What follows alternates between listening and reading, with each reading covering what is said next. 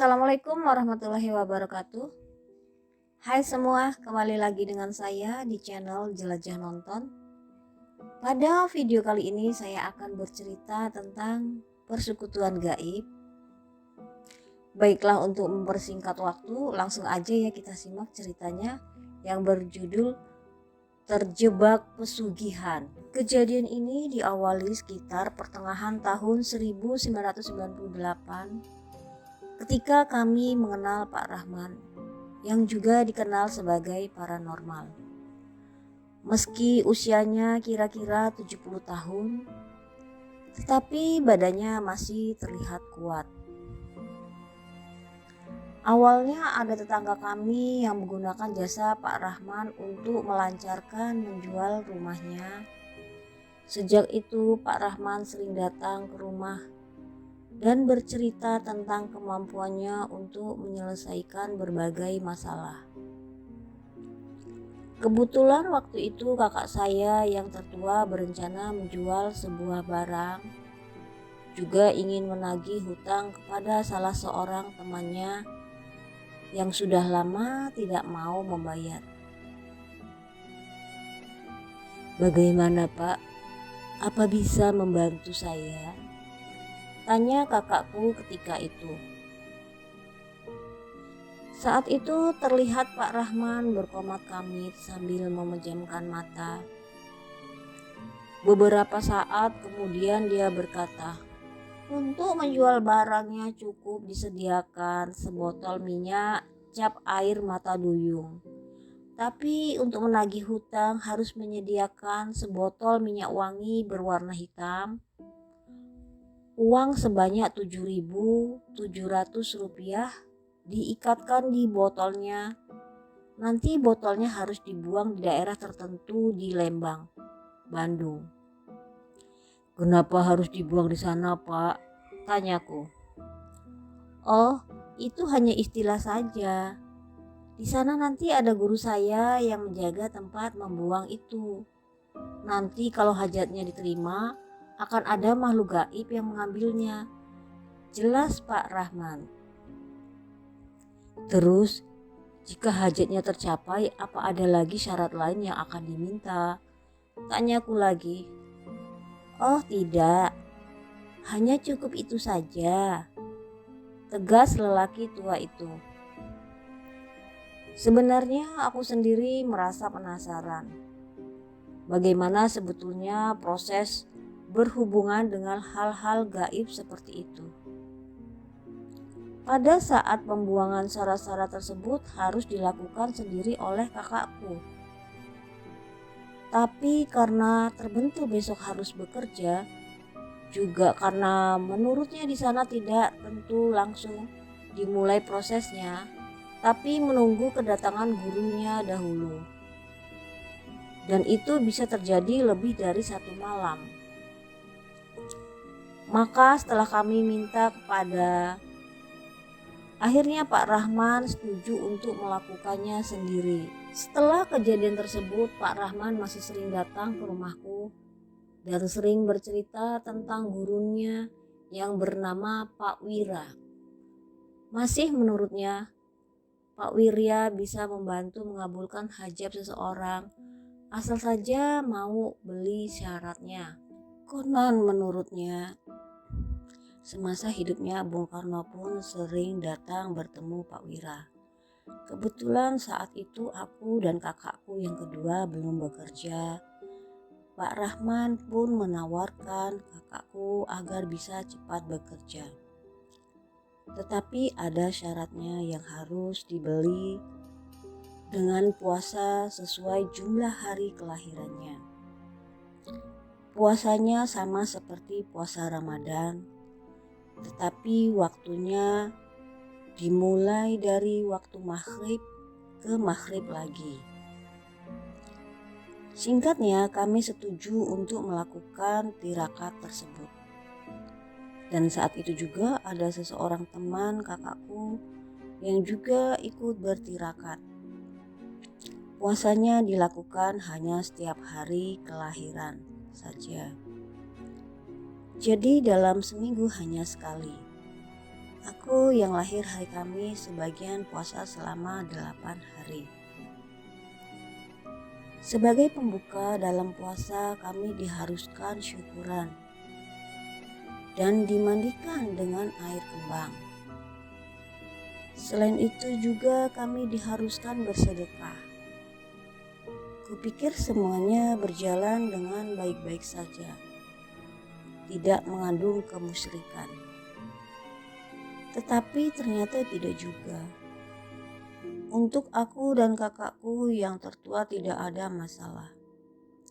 Sedangkan kakakku yang nomor 2 serta temannya diharuskan membuang minyak wangi tertentu di daerah pantai selatan sebanyak 9 botol. Tepatnya daerah Cijulang, Pangandaran.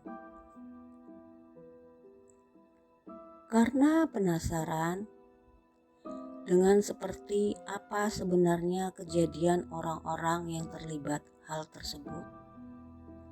Seperti ini kami pun setuju untuk tetap melanjutkan tirakat.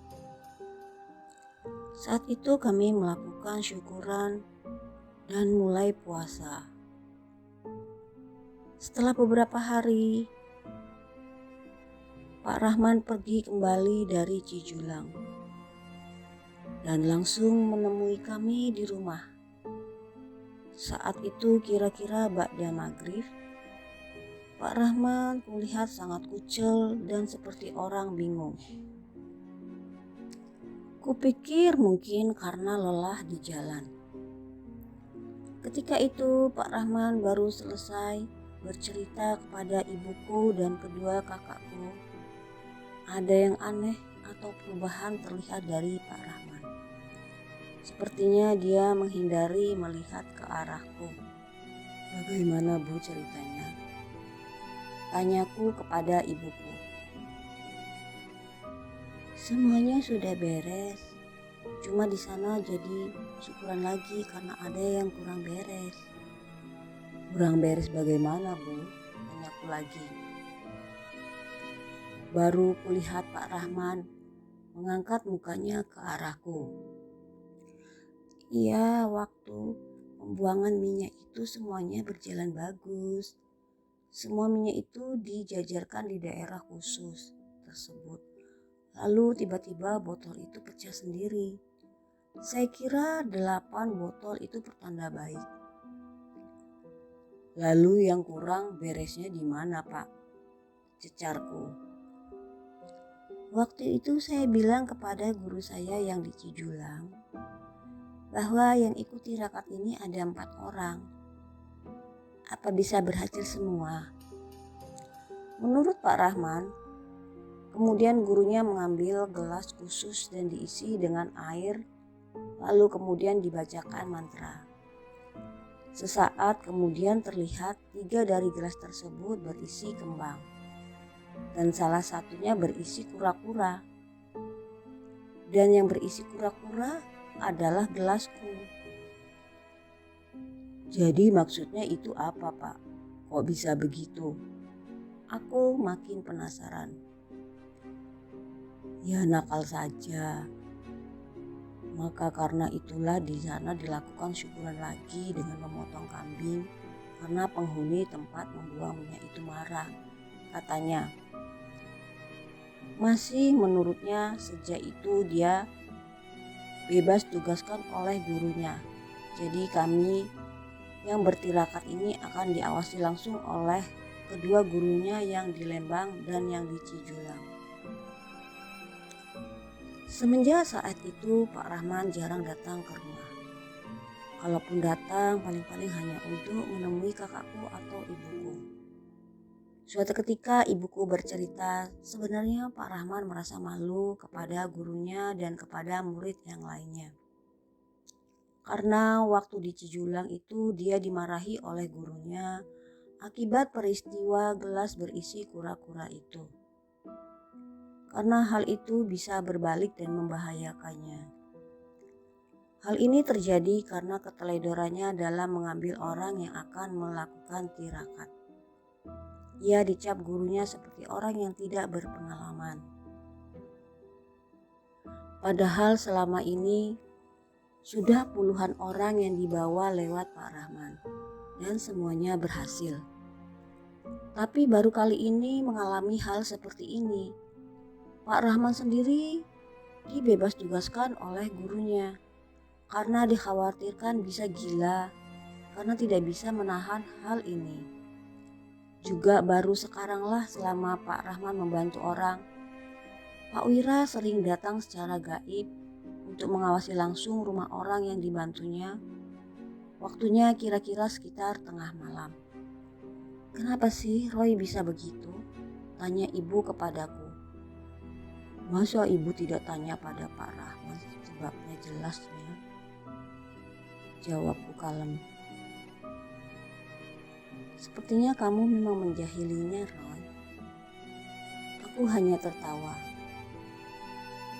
Di rumah memang hanya aku yang paling mengerti hubungan dengan kekuatan supranatural, warisan dari almarhum ayahku dulu. Tapi aku tidak pernah berniat jahat. Sejak kami memutuskan untuk bertirakat, setiap hari sehabis sholat maghrib, aku selalu mengkhususkan diri zikir untuk menjaga rumah dari penghuni kejahatan. Aku berpikir kalau ini mengandung kemusyrikan, pasti akan kukalahkan dan maksudnya tidak akan tercapai. Pak Rahman waktu itu tetap mengikutiku untuk bertirakat, walau sudah mengetahui keadaanku karena beranggapan pengaruhku akan dapat dinetralisir oleh gurunya. Semenjak kembalinya Pak Rahman dari Cijulang itu, aku sendiri sudah merasakan jika waktu malam seperti ada yang mengawasi rumah kami. Sebagai syarat lainnya, waktu itu kami diharuskan sholat hajat selama 3 minggu. Kira-kira dari tengah malam hingga jam 2 malam, pas malam ke-21, kami akan didatangi oleh seseorang dan menanyakan apa hajat kami. Kalau itu semuanya selesai, maka hajat kami akan terkabul. Begitu kata Pak Rahman. Aku pun setiap hari semakin sering berzikir khusus, terutama saat menjelang tengah malam. Karena dalam firasatku selalu merasa tidak enak, seperti ada sesuatu kekuatan yang akan menyerangku. Sehingga aku pun semakin waspada. Beberapa malam terakhir ini aku semakin sering merasakan akan kehadiran seorang kakek yang mengawasi rumahku. Suatu malam, sewaktu tidur aku bermimpi menyeramkan, yaitu didatangi suatu makhluk yang berbadan besar berwarna putih. Kulitnya kasar seperti kulit binatang, yang bentuknya menyeramkan dengan kepala yang penuh dengan benjolan-benjolan dan mata yang menonjol menyorot tajam penuh kemarahan kepadaku. Makhluk tersebut mengatakan kalau aku telah mengacaukan pekerjaannya. Kemudian aku pun diserangnya. Saat itu seperti benar-benar nyata aku bertarung dengan makhluk tersebut. Dalam pertarungan tersebut makhluk itu dapat kukalahkan dan pergi.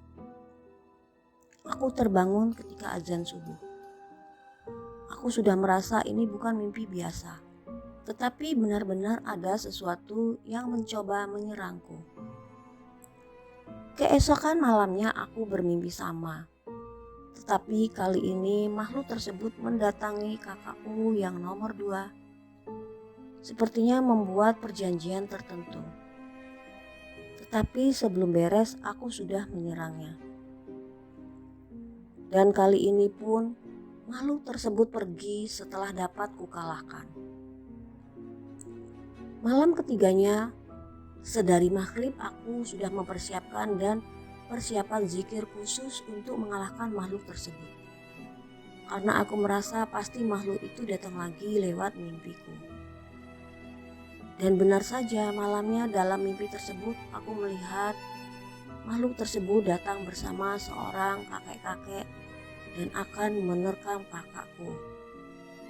Kali ini pun aku langsung menyerang makhluk tersebut. tetapi berbeda dari malam sebelumnya. Kali ini makhluk tersebut memberikan perlawanan dengan sengit karena dibantu oleh kakek tersebut, sambil berusaha untuk mendekati kakakku. Tapi aku pun terus melawannya sampai kulihat makhluk tersebut berdarah-darah sepertiku juga, tapi akhirnya makhluk dan kakek-kakek itu pergi juga. Semenjak malam itu aku tidak pernah bermimpi bertemu makhluk itu lagi.